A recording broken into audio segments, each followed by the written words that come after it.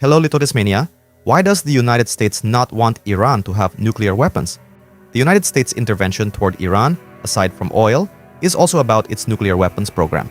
The United States has tried to engage in dialogue so that Iran would be willing to stop its plan to obtain nuclear weapons. But from Iran's perspective, having nuclear weapons is non-negotiable.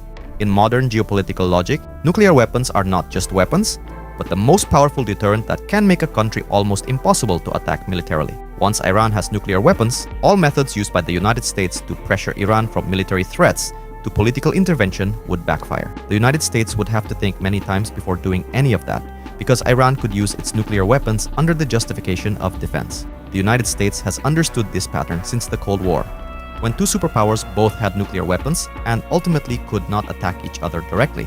That is what the United States wants to avoid if Iran acquires nuclear weapons. But on the other hand, the United States is not truly anti-nuclear weapons.